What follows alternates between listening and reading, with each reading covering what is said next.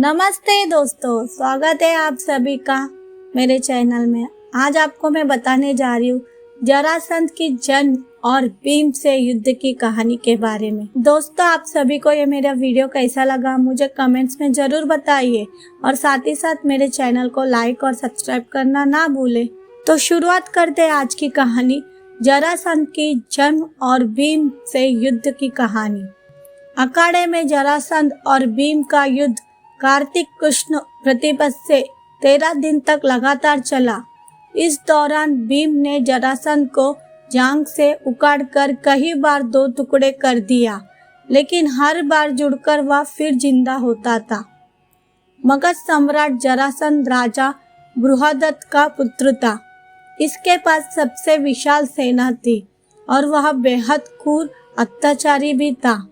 हरिवंश पुराण अनुसार चक्रवर्ती बनने के लिए काशी, कौशल, चेदी, मालवा, विदहा, हंग, वंग, कलिंग, पांड्या, सौबीरा, मद्र, कश्मीर और गंधार के राजाओं के परास्त कर आधीन कर लिया था। इसके अलावा शिशुपाल, आसाम के राजा भगदत्त, मद्र नरेश, शल्य, यवन नरेश, कल्यावाहन को भी मित्र बनाए रखने से पूरे भारत पर उसका दबाव था।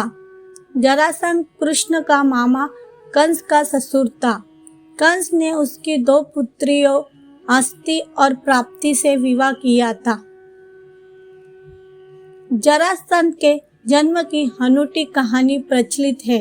कहा जाता है कि मगध के सम्राट बृहदत्त के 2 पत्नियां थी। दोनों से कोई संतान नहीं हुआ तो एक दिन वह महात्मा चंड कौशिक के पास गए। चंड कौशिक ने एक फल देकर कहा कि इसे पत्नी को खिला देंगे तो संतान प्राप्ति हो जाएगी। बृहदत्त ने फल काटा और दोनों पत्नियों को खिला दिया। फल लेते समय राजा यह पूछना भूल गए कि उसे दोनों पत्नियों को खिलाने था या एक को। इधर फल खाने से दोनों पत्नियां गर्भवती हो गई, लेकिन शिशु जन्म तो वह आधा था, यानी आधी पहली रानी के गर्भ से हुआ और दूसरा आधा दूसरी रानी से। डर के मारे 2 रानियों ने शिशु को दोनों जीवित टुकड़े को फिकवा दिया।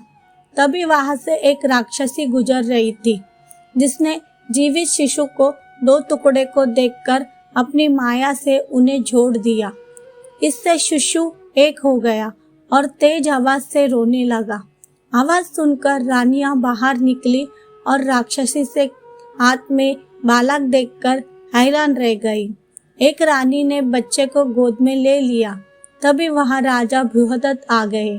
उन्होंने राक्षसी से परिचय पूछा तो उसने सारी कहानी बयां कर दी। राक्षसी ने अपनी नाम जरा बताया। उससे खुश होकर राजा ने बालक का नाम उसके नाम पर ही जरासंध रख दिया। जरासंध की खासियत थी कि वह युद्ध में मरता नहीं था। उसे अक्सर मल्ल युद्ध या दंड युद्ध लड़ने का शौक था। कट्टर शत्रु होने के चलते श्री कृष्ण ने उसके वध की योजना बनाई। भीम और अर्जुन ब्राह्मण के साथ तपस्वी वेश में वह जरासंध के पास पहुंचे और कुश्ती के लिए ललकारा, मगर जरासंध समझ गया तो कृष्ण ने वास्तविक परिचय दिया। कुछ सोचकर जरासंध ने भीम से कुश्ती लड़ना तय किया। अखाड़े में जरासंध और भीम का युद्ध कार्तिक कृष्ण प्रतिपद से 13 दिन तक लगातार चला। इस दौरान भीम ने जरासंध को जंगा से उखाड़कर कई बार 2 टुकड़े कर दिया, लेकिन हर बार जुड़कर वह फिर से जिंदा हो जाता था और फिर से भीम पर टूट पड़ता।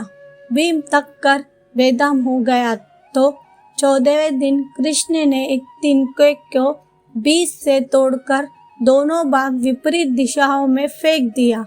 भीम यह इशारा समझ गया और उन्होंने जरासंध को 2 फाड़ कर एक टुकड़े को एक दिशा में और दूसरे दिशा में फेंक दिया। इसके चलते वहां जुड़ नहीं पाया और उसकी हंत हो गई। जरासंध के पुत्र सहदेव को अभय दान देकर मगध का राजा बना दिया गया। दोस्तों, हम फिर मिलेंगे नई कहानी के साथ। आज का ये वीडियो आप सभी को कैसा लगा मुझे कमेंट्स में ज़रूर बताइए और साथ ही साथ मेरे चैनल को लाइक और सब्सक्राइब करना ना भूलें। Thank you friends.